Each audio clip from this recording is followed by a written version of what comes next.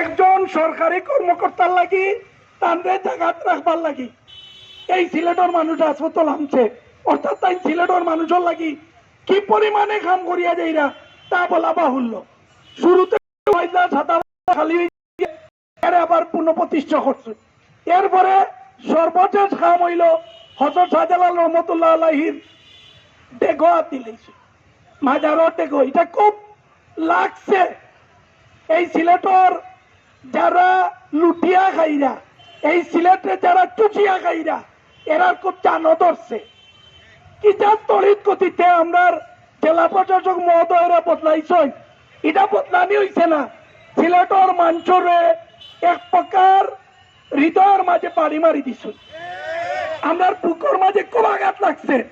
আমরা মনে করি এই রক্ত চুচা হলে এই আধ্যাত্মিক রাজধানীরে তারা জেলা নষ্ট করা, আমরা রাস্তার মাঝে আটতাম পারি না। আমরা গাড়ি খাড়ারিয়া এমন ভাবে স্ট্যান্ডবাজি শুরু হয়েছে, কোন জায়গা আমরা ঠিক মতো খাড়াইতাম পারি না। আপনারা দেখুক আমরা প্রত্যেকটা খাম আমরা ডিসি মহোদয় তাই নিবৃত্তে করিয়া যাই সিলেট পার্টি লাগে। তা আমরা দেখুক জনগণে পাল্লা ভাইছে, জনগণ মানুষের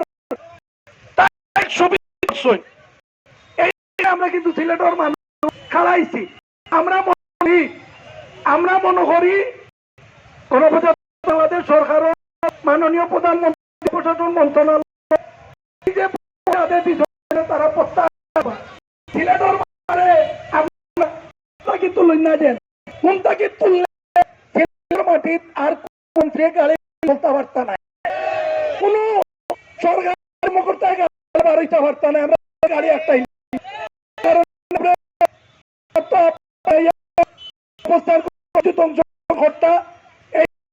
আমরা আবার সিলেট চাই এই আশাবাদ ব্যক্ত করলাম।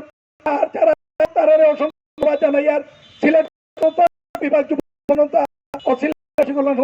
থেকে